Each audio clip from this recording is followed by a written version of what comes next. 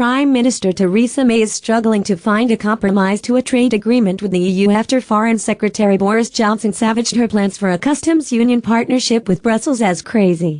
This has prompted Michael Gove and his allies to push for a maximum facilitation option, which would take much longer to implement. The option, backed by Brexiteers, would involve using technology and a trusted fader plan to reduce post-Brexit customs checks by monitoring the border and goods passing through it. But critics believe it will take too long to develop the necessary technology, meaning the UK will be tied to the EU for years after it leaves.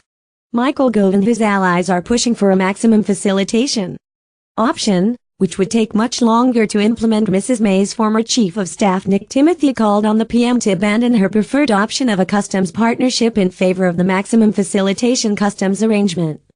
Mr. Timothy said it was still viable as ministers might accept that it will take longer to be introduced than the current implementation timetable suggests. This sentiment was echoed by Nick Bowles, a close ally of Michael Gove and former Skills Minister, who agreed that extending the final Brexit deadline was a preferable outcome. Mrs. May has been embroiled in a long-standing spat with her own Tory government as Brexiteers warn her they will not put up with her pressing plans to create a new customs partnership with the EU which could tie Britain to Brussels rule for years to come.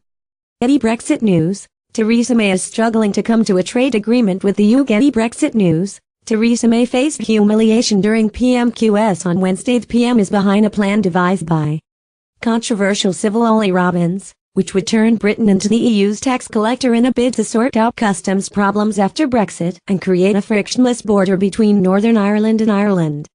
And on Wednesday Mrs. May faced embarrassment in PMQS after Mr. Johnson publicly attacked the Prime Minister by warning the plans would undermine Britain's ability to strike deals with countries across the world and would not see the nation take back control after Brexit. He said, "It's totally untried and would make it very, very difficult to do free trade deals.